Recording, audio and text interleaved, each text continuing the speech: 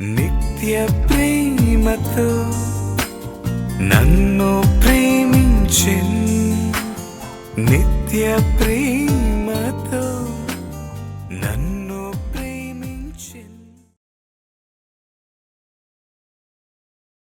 మహాగణుడవైన మా కన్న తండ్రి, పరిశుద్ధుడా, ఉన్నతుడా, పరిశుద్ధమైన నీ పాదములకు స్తుతులు స్తోత్రములు చెల్లిస్తున్నాం. నీ పిల్లలుగా మేమందరము చేరి నీ వాక్కులను ధ్యానించడానికి పూనుకుంటుండగా మాకు సహాయము దయచేయండి. తండ్రి, నీ వాక్కులను అర్థం చేసుకునగలిగిన శక్తినివ్వండి. నీ వాక్కులు చెప్పగలిగే సామర్థ్యాన్ని నీ దాసుడనైనా నాకు అనుగ్రహించండి. తండ్రి, సత్యములో మా జీవితాలను స్థిరపరుస్తూ నీ వాక్కులను మా హృదయంలో ప్రతిష్ఠించమని కోరుకుంటూ క్రీస్తు నామం నీ ప్రార్థన అడిగి వేడుకొనుచున్నాము తండ్రి. ఆమెన్. ప్రేమన దేవుని వారలారా, దేవుని ఉన్నతమైన ప్రేమను బట్టి, ఆయన అపారమైన కృపను బట్టి, పరలోకమందున్న కన్న తండ్రిని స్తుతిస్తూ క్రీస్తు పేర కృతజ్ఞతాస్థుతులు చెల్లించుచున్నాను.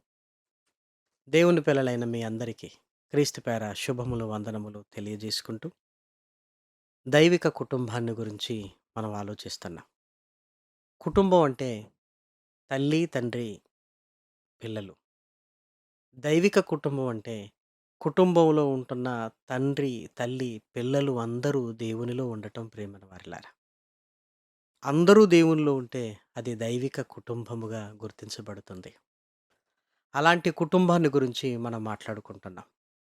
అమ్రాము, యోకెబేదు, మిర్యాము, అహరోను, మోషేల మధ్య ఉంటున్న బంధాన్ని గురించి మనం మాట్లాడుకుంటున్నాం.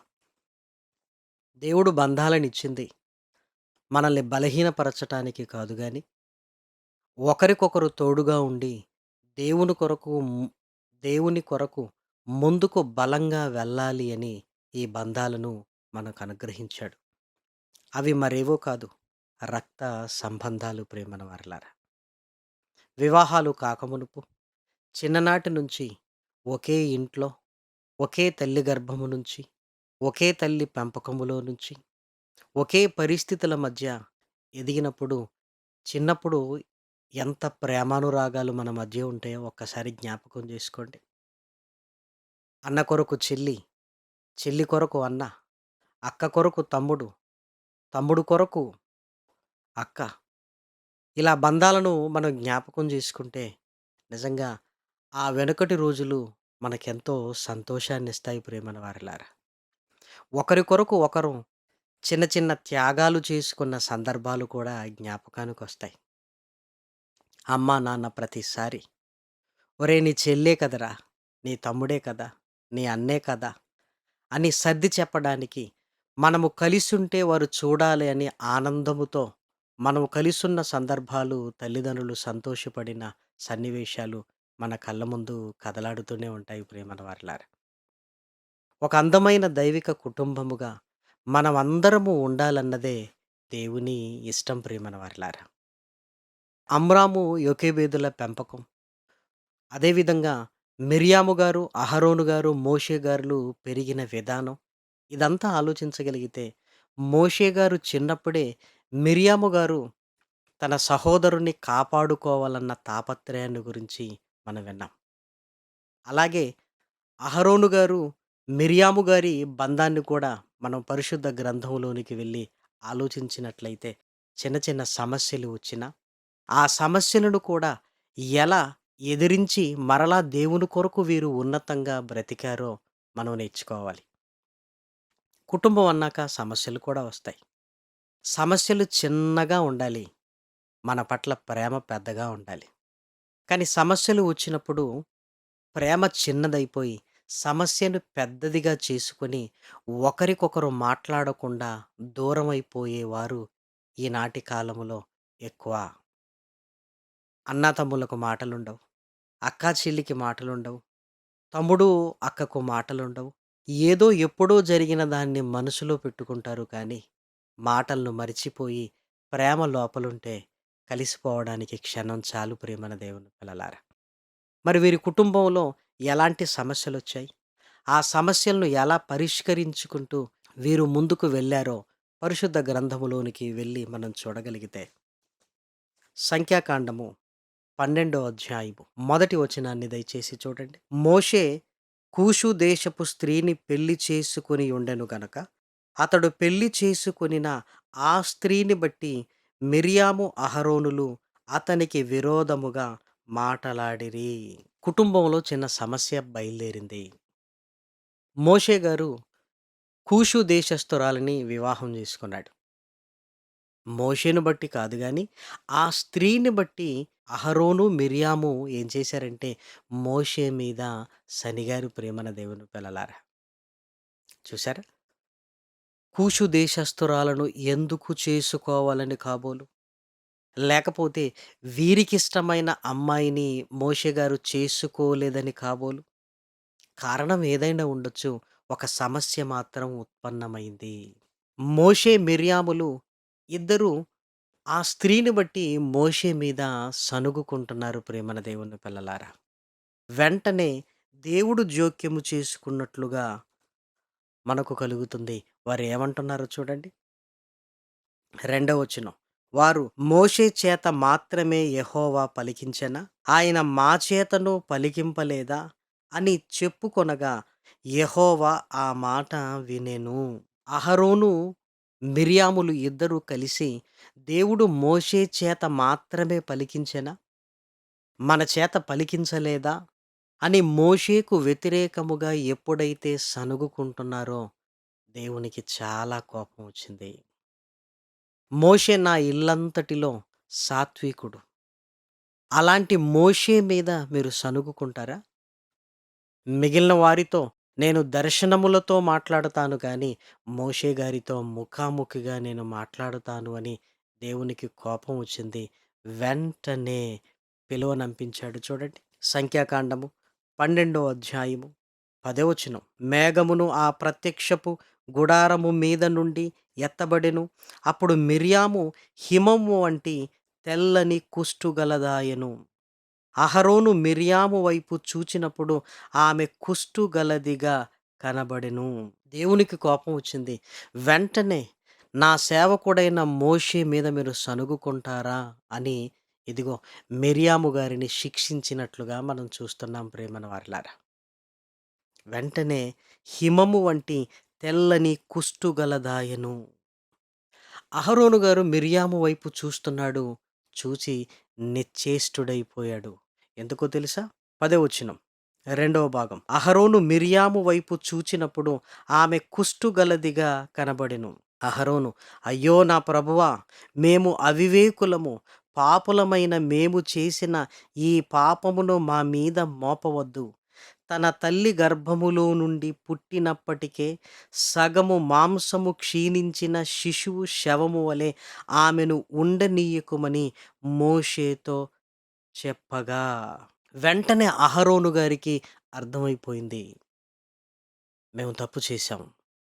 మిర్యాము అలా ఆలోచించకుండా ఉండాల్సింది. మోషే గారి గురించి వ్యతిరేకంగా మాట్లాడితే దేవునికి కోపం వచ్చింది అని వెంటనే విన్నవించుకుంటున్నాడు ప్రేమన వారలారా. మిర్యాము యొక్క శరీరం ఎలా మారిపోయిందని రాయబడింది. తల్లి గర్భములో నుంచి పుట్టినప్పుడే సగము మాంసము క్షీణించిన శిశువు శవం వలె ఉండనీయకు ప్రభువా అని. వెంటనే ఏం చేస్తున్నారో చూడండి. తమ సహోదరి కొరకు ఇదిగో మోషే, అహరోనులు దేవుణ్ణి విన్నవించుకుంటున్నారు. ఎలా విన్నవించుకుంటున్నారని రాయబడిందో చూడండి. 13వ వచనం. మోషే ఎలుగెత్తి, దేవా దయచేసి ఈమెను బాగు చేయుమని యెహోవాకు మొరపెట్టగా. మోషే ఎలుగెత్తి, దేవా ఇదిగో నా సహోదరిని అలా ఉండనివ్వకము, బాగు చేయుము అని దేవుణ్ణి గోజాడుతున్నాడు ప్రేమన వారలారా.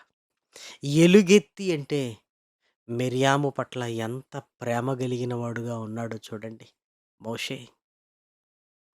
ఆలోచించండి ప్రేమన వారలారా.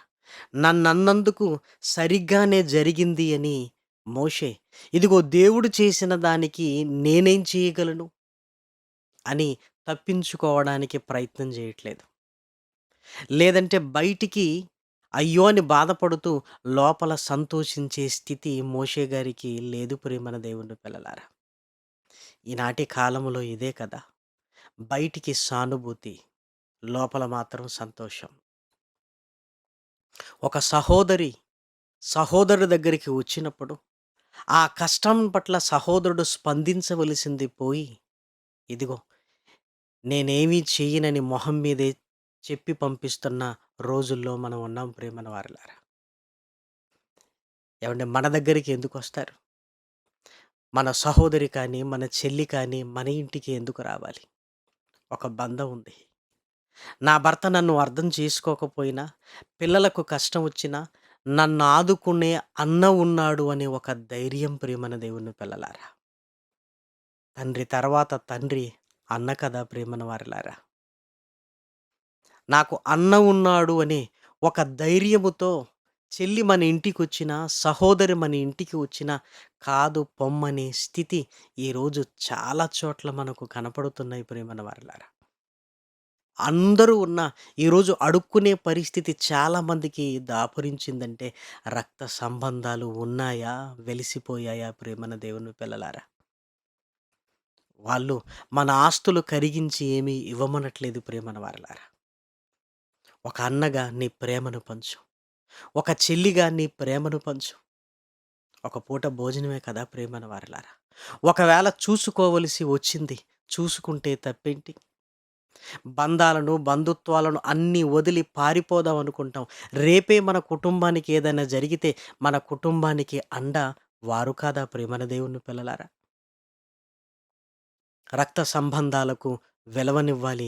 యేసుక్రీస్తు రక్తంలో కడగబడిన ఆత్మ బంధము గలిగిన వ్యక్తులలా మనం ప్రవర్తించాలి ప్రియమైన వారలారా. ఒక మాటలో చెప్పాలి అంటే, అయ్యో నా ప్రభువా! మిర్యామును అలా ఉంచకు నాయనా అని దేవుణ్ణి గోజాడుతున్నాడు. ఎంత మంచి వ్యక్తిత్వం చూడండి మోషే గారిది. వెంటనే దేవుడు కలగజేసుకున్నాడు. ఇదిగో మిర్యాము పాలము వెలుపల ఉండాలి. తండ్రి 7 దినములు ఆమె మొఖముపై ఉమ్మివేయాలి. అప్పుడు ఆమె సిగ్గుపడుతుంది కదా! అని శిక్ష విధించాడు. ఆ శిక్షను కూడా మిర్యాము గారు సంతోషంతో భరించింది ప్రియమైన వారలారా. తండ్రి మొహం మీద ఉమ్మివేయటం అంటే చిన్న విషయం కాదు గదా! అయినా వారు ఎలా అంగీకరిస్తున్నారు అంటే, దేవుడు చెప్పిన మాటకు మేము లోబడి ఉండాలి అన్న ఆలోచన ప్రియమైన దేవుని పిల్లలారా. ఎంత ఉన్నతమైన స్వభావాలు మీరు చూడండి. ఇవన్నీ ఎక్కడి నుంచొచ్చాయి? చిన్ననాటి నుంచి తల్లిదండ్రుల పెంపకము, పరిస్థితులు, కష్టాలు, కన్నీళ్ళు, దేవునితో ఉంటున్న బంధం, ఒకరినొకరు దేవునితో గద్దించుకుంటూ, దేవునిలో ముందుకు వెళుతూ ఎంత చక్కగా ఈ కుటుంబం ఉందో చూడండి ప్రియమైన దేవుని పిల్లలారా. మిర్యాము గారు అందుకు స్వీకరించినట్లుగా క్రింది వచనాలలో కనపడుతుంది చూడండి. 14 వచనం. అప్పుడు యెహోవా మోషేతో, ఆమె తండ్రి ఆమె ముఖము మీద ఉమ్మివేసిన ఎడల ఆమె 7 దినములు సిగ్గుపడును గదా! ఆమె పాలము వెలుపల 7 దినములు ప్రత్యేకముగా ఉండవలెను. తరువాత ఆమెను చేర్చుకొనవలెను. కాబట్టి మిర్యాము 7 దినములు పాలెము వెలుపలనే గడిపెను. మిర్యాము దాన్ని స్వీకరిస్తుంది. వెంటనే సున్నితమైన మనస్కురాలుగా నాకింతటి శిక్ష ఏంటి అని ఆత్మహత్య గురించి ఆలోచించటం లేదు. తప్పును స్వీకరించే మనస్సు, మంచి మనస్సున్నది ప్రేమన దేవుని పిల్లలారా మిర్యాము గారు. అసలు మిర్యాము గారు ఎవరో పరిశుద్ధ గ్రంథంలో వ్రాయబడిన మాటలు చూస్తే మనకు చాలా ఆశ్చర్యపడుతుంది. ఎవరైతే తమ తప్పును తెలుసుకుంటారో వారు గొప్పవారుగా సమాజంలో కనబడతారు ప్రేమన వారలారా. మిర్యామును గురించి వ్రాయబడిన చక్కటి మాటను దయచేసి మనం చూడగలిగితే నిర్గమకాండము 15వ అధ్యాయము 20వ వచనాన్ని దయచేసి చూడండి. మరియు అహరోను సహోదరియు ప్రవక్తియునగు మిర్యాము తంబురను చేత పట్టుకొనెను. స్త్రీలందరూ తంబురలతోనూ నాట్యములతోనూ ఆమె వెంబడి వెళ్ళగా మిర్యాము వారితో కలిసి ఇట్లు పల్లవి ఎత్తి పాడెను. దేవుడు ఎర్ర సముద్రాన్ని దాటించగానే సంతోషముతో దేవుణ్ణి కీర్తించడానికి మిర్యాము గారు ముందున్నారు. స్త్రీలు ఆమెను వెంబడించారు. మిర్యాము గారిని గురించి వ్రాయబడిన మాట చూసారా? ప్రవక్తి అని రాయబడింది ప్రేమన దేవుని పిల్లలారా. ఎంత గొప్ప ఆధిక్యము ఈ కుటుంబములో, ఈ దైవిక కుటుంబంలో ఉంటున్న మిర్యాము గారికి ప్రియమైన వారలారా. పరిశుద్ధ గ్రంథములో ఇంకా మనము చూడగలిగితే మీకా గ్రంథము 6వ అధ్యాయము 4వ వచనం. ఐగుప్తు దేశములో నుండి నేను మిమ్మును రప్పించి తిని, దాసగృహములో నుండి మిమ్మును విమోచించి తిని, మిమ్మును నడిపించుటకై మోషే, అహరోను, మిర్యాములను పంపించి తిని. విడిపించడానికి, ఐగుప్తు దేశము నుంచి ఇశ్రాయేలుని విడిపించడానికి మోషే గారు ఒక్కరే అని మనం అనుకుంటాం. కానీ మోషే, అహరోను, మిర్యాములను నేను పంపించి తిని, ముగ్గురిని పంపించాను అన్నాడు. ఈ ముగ్గురు తర్వాత కాలాలలో ఎలా స్థిరపడ్డారో మనం ఆలోచించగలిగితే, అహరోను యాజకుడుగా స్థిరపడ్డాడు. మొట్టమొదటి యాజకుడు ప్రియమైన దేవుని పిల్లలారా. మోషే గారు నాయకుడిగా స్థిరపడ్డాడు ప్రియమైన దేవుని పిల్లలారా. మిర్యాము గారు ప్రవక్తిగా స్థిరపడింది. వీరందరూ ఒకే కుటుంబానికి సంబంధించిన వారు. అమ్రాము, యోకేబేదుల కుటుంబానికి సంబంధించిన వారు. ఒకరు సేవ చేస్తుంటేనే, ఒక్కరు దేవునిలో ఉంటేనే సంతోషపడుతున్న మనం, అసలు ముగ్గురు దేవుని కొరకు ఎంత ఉన్నతంగా వాడబడుతున్నారో దయచేసి చూడండి. అహరోను యాజకుడుగా స్థిరపడ్డాడు ప్రియమైన వారలారా. అహరోను క్రమము అనేది పరిశుద్ధ గ్రంథంలో మనకు కనపడుతుంది ప్రియమైన వారలారా. అదేవిధంగా మొట్టమొదటి నాయకుడుగా మోషే గారు స్థిరపడ్డాడు ప్రియమైన దేవుని పిల్లలారా. మోషే గారిని గురించి పరిశుద్ధ గ్రంథంలో ఎన్నిసార్లు ప్రస్తావించబడిందో ప్రియమైన దేవుని పిల్లలారా. అదేవిధంగా మిర్యామును గురించి ఒక ప్రవక్తి అని రాయబడింది పరిశుద్ధ గ్రంథములో అంటే నిజంగా ఎంత గొప్పవారు ఒక కుటుంబంలోనే ఉన్నారు. ప్రియమైన దేవుని పిల్లలారా, ఆలోచించండి. మన కుటుంబాలలో సంఖ్యకు మనం ఉన్నాం.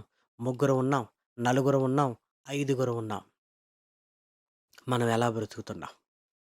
దేవుని కొరకు అందరము ఉన్నతంగా బ్రతకగలిగే స్థితిలో ఉన్నామా? ఒకరినొకరు ప్రేమించుకుంటున్నామా? ఒకరినొకరు ప్రేమించుకుంటున్నామా? ఒకరి ఇబ్బందులలో ఒకరు కలగజేసుకొని ధైర్యాన్ని చెబుతున్నామా? ఒకరి కష్టాలలో, ఒకరి కన్నీళ్లలో నేనున్నాను అని ధైర్యాన్ని మనం ఇవ్వగలుగుతున్నామా ప్రియమైన వారలారా? ఒక తండ్రికి నలుగురు కుమారులు ఎప్పుడూ కొట్లాడుకునేవారు. తండ్రికి మరణకాలము సమీపించి ఉన్నదని ఎరిగి పిల్లల్ని పిలిచి మీరు కలిసి ఉండండి అన్నారు. వినలేదు. నలుగురికి 4 కర్రలిచ్చాడు. విరవమన్నాడు. వెంటనే విరిచేశారు. 4 కర్రలను కలిపి ఒక్కొక్కరికి ఇచ్చాడు. విరవలేకపోయారు. చిన్నప్పటి నుంచి మనం నేర్చుకున్నదే కదా! ఒక తల్లి గర్భాన పుట్టిన, ఒక తండ్రి పెంచి పోషించిన మనం ఒకటిగా ఉంటే ఎంత బలవంతులం ప్రియమైన దేవుని పిల్లలారా. దుష్టుడు మనల్ని వేరు చేస్తున్నాడు. వేరవుతుండగానే బలహీనులమైపోతున్నాం ప్రియమైన వారలారా. చాలామంది రక్త సంబంధాన్ని కలిగి ఉండి కూడా, అయిన వాళ్ళు ఉండి కూడా, నాకు ఎవరూ లేరన్న దిగులుతో మానసికంగా కృంగిపోతూ ఆత్మహత్యలు చేసుకుంటున్నారు ప్రియమైన వారలారా. ఎందుకు? దగ్గరికి వెళ్ళి నేనున్నానన్న ధైర్యము చెప్పలేకపోవటం వల్ల. కష్టాలు ఒకరికే రావు ప్రియమైన వారలారా. కుటుంబంలో అందరికీ వస్తాయి. అందరికీ వస్తాయి. కుటుంబంలో అందరికీ వస్తాయి. ఒకరి కష్టంలో ఒకరు పాలుపంపులు కలిగించుకుంటూ, ఒకరికొకరు ధైర్యాన్ని చెబుతూ, కుటుంబం అంతా దేవునిలో నిలబడగలిగితే నిజంగా ఆ కుటుంబం ఎంత బావుంటుంది ప్రియమైన వారలారా. పిల్లలు ఎదిగి, వారి వివాహాలు, వారి పిల్లలైన తర్వాత తల్లిదండ్రులు ముసలితనానికి వెళ్ళిపోతారు. చావుకు దగ్గర పడుతుంటారు. అప్పుడు తల్లిదండ్రులకొచ్చి మన కొట్లాటలు, మన గొడవలు, ఇదిగో ఇదన్నారు, అదన్నారని తల్లిదండ్రులతో చెబుతుంటాం. తన గర్భాన పుట్టిన వారే ఒకరినొకరు ఇన్ని మాటలు అనుకున్నారా అని విని ఎవరికి ఏం సమాధానం చెప్పాలో తెలియక ఆ ముసలితనములో రోగాల బారిన పడి కోలుకోలేని స్థితిలో కన్నుమూస్తున్నారు ప్రియమైన వారలారా చాలామంది. మన తల్లిదండ్రులు ఎందుకు అనారోగ్యపు బారిన పడుతున్నారో తెలుసా? మన గొడవలు, మన ఇబ్బందులన్నీ వారితో చెప్పి, "నువ్వు వారిని ప్రేమిస్తావు, నువ్వు వీరిని ప్రేమిస్తావని" మన కోపాన్ని తల్లిదండ్రుల మీద చూపిస్తున్నాం. ఎవరికి చెప్పాలో తెలియక వాటిని మనసులో పెట్టుకొని సతమతమవుతూ రోగాల బారిన పడిపోతున్నారు. కన్నుమూసే వయసులో ఇలాంటి సందర్భాలు వారికి చెప్పటం అవసరమా? వారి కళ్ళ ముందు మనం అందరము కలిసిమెలిసి ఉంటే ఎంత ఆనందంగా ఉంటారు ప్రేమన్న వారలారా! ఆలోచించండి ఒక్కసారి. మన తల్లిదండ్రులకు మందేంటో తెలుసా? మనమందరము కలిసి ఐకమత్యంగా ఉండటం ప్రేమన దేవుని పిల్లలారా. దైవిక కుటుంబముగా ఉన్నప్పుడే సాధ్యపడుతుంది ప్రేమన్న వారలారా. మోషే గారు ఎలుగెత్తి తన సహోదరి కొరకు దేవుని దగ్గర విన్నవించుకుంటున్నాడు అంటే ఎంత ప్రేమ కలిగిన వాడుగా ఉన్నాడు ప్రేమన వారలారా. మిరియాము గారు లోబడుతుంది అంటే నిజంగా ఎంత సాహసోపేతమైన నిర్ణయం తీసుకుంది ప్రేమన వారలారా. అహరోను కూడా తనను తాను దేవుని దగ్గర ఒప్పుకుంటూ, ప్రభువా, మేము పాపాత్ములము, మేము పాపులము అంటున్నాడు ప్రేమన వారలారా.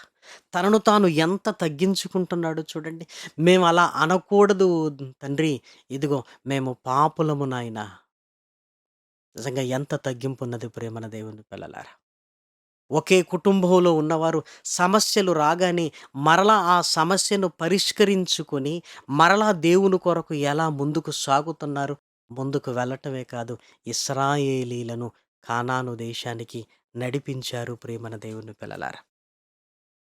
ఆ నడిపించడానికి ఇదిగో ముగ్గురిని నేను పంపించాను. ముగ్గురు ఒకే కుటుంబములో ఉంటున్న దేవునిలో ఉన్నవారు, దైవిక కుటుంబానికి సంబంధించిన వారు ప్రేమన వారలారా. అలానే మిరియాము గారు మరణం సంభవించింది. దయచేసి చూడండి.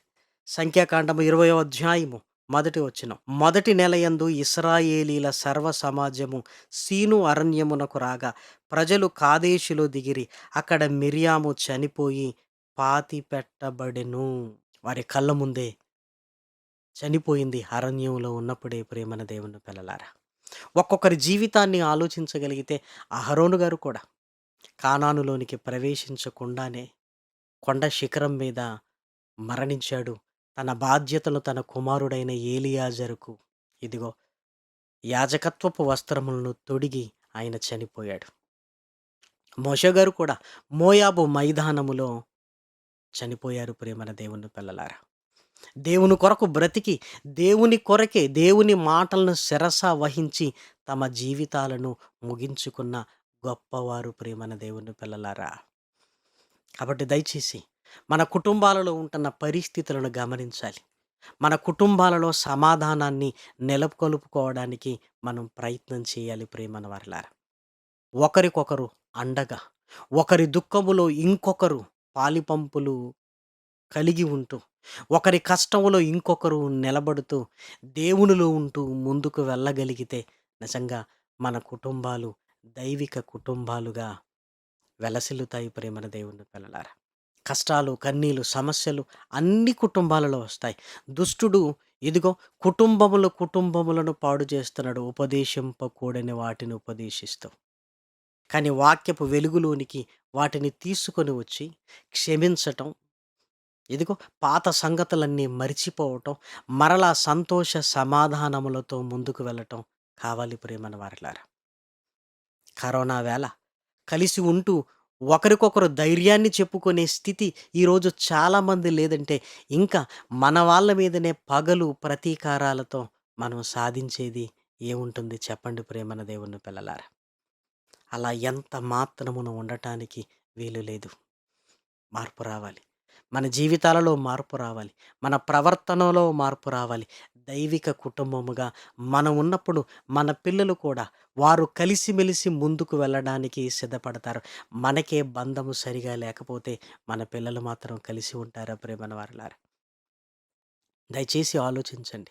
మహనీయుడైన యేసుక్రీస్తు రక్తములో కడగబడి మన జీవితాలు ముందుకు వెళ్ళాలి అని దేవుని ప్రేమను బట్టి మిమ్మల్ని కోరుకుంటున్నాం. ఇంకా రక్షణకు దూరంగా ఉంటే మన వారిని రక్షణలోనికి తీసుకొని రావాలి. ఆత్మ బంధముతో దేవుని కొరకు మన కుటుంబం అంతా నిలబడగలిగితే మన కుటుంబాలు కూడా దైవిక కుటుంబాలుగా వెలసిల్లుతాయి. అనేకులను దేవునిలోనికి ఆకర్షించగలిగే ఉన్నతమైన కుటుంబముగా మన కుటుంబాలుంటాయి ప్రియమైన వారలారా. దైవిక కుటుంబముగా మన కుటుంబం ఉండటానికి ప్రయత్నం చేస్తూ ముందుకు వెళ్ళాలి అని నన్ను నేను హెచ్చరించుకుంటూ, దేవుని ప్రేమను బట్టి మిమ్మల్ని కోరుకుంటూ ఈ మాటలు నేను ముగిస్తున్నాను. ప్రార్థన చేసుకుందాం. మహాగణుడవైన మా కన్న తండ్రి, పరిశుద్ధుడా, ఉన్నతుడా, పరిశుద్ధమైన నీ పాదములకు స్తుతులు స్తోత్రములు చెల్లిస్తున్నాం. ఈ మాటలు నాయన మీ పిల్లలు హృదయాలను కఠినపరుచుకోక కరిగిపోయి కుటుంబం అంతా నీలో ఉండగలిగే భాగ్యాన్ని నాయన అనుగ్రహించండి. ఒకరికొకరు అండగా ఒకరికొకరు నిలబడగలిగే ధైర్యాన్ని నాయన నీ పిల్లలకి ఇవ్వండి. శోధనలో నుంచి నీ పిల్లల్ని తప్పించి బలపరచమని మిమ్మల్ని కోరుకుంటున్నాం. శాశ్వత ప్రేమ ఈ టీవీ కార్యక్రమాల కొరకు నాయన సహాయం చేస్తున్న సహకరిస్తున్న నీ పిల్లల్ని దీవించండి.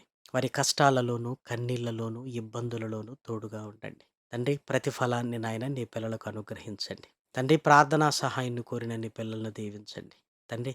గర్భఫలాల కొరకు ఎదురు చూస్తున్న నీ పిల్లలను, ఉద్యోగాల కొరకు ఎదురు చూస్తున్న యవనస్తులను తండ్రి, దీర్ఘకాలికపు అనారోగ్యంతో బాధపడుతున్న నీ పిల్లలను నాయన కృపతో బలపరచండి, ఆరోగ్యాలనివ్వండి తండ్రి. మీ పిల్లల మనోభీష్టాన్ని నెరవేర్చండి తండ్రి. శోధనలో ఉంటున్న నీ పిల్లలకు సహనాన్ని అనుగ్రహించండి. నీ వాక్యపు ధైర్యాన్ని ఇవ్వండి నాయన. నీ ఉన్నావన్న ధైర్యముతో నిలబడగలిగే భాగ్యాన్ని ఇవ్వమని బ్రతిమలాడుతూ ప్రాధేయపడుతూ కృప చూపమని మిమ్మల్ని కోరుకుంటూ క్రీస్తు నామం నీ ప్రార్థన అడిగి వేడుకొనుచున్నాము తండ్రి. ఆమెన్. పరమ తండ్రి అయిన దేవుని ప్రేమయు, కుమారుడైన యేసు క్రీస్తు కృపయు, పరిశుద్ధాత్మ యొక్క అన్యోన్యమైన సహవాసము ఎప్పుడును ఎల్లప్పుడును సదాకాలము మనందరికీ తోడైండును గాక. ఆమెన్. స్వార్థం లేనిది ప్రేమ, అన్నీ ఓర్చును ప్రేమ. గంగం లేనిది ప్రేమ, అపకారమునే మరచును ప్రేమ. ఉప్పొంగని గుణమే ప్రేమ, కోపం నిలుపదు ప్రేమ. అన్నీ కాడును ప్రేమ, మత్సరమే పడనిది ప్రేమ. గయనే చూపును ప్రేమ, గరికే చేచును ప్రేమ. సహనం చూపును ప్రేమ, వివీక్షణతో నిలుచును ప్రేమ.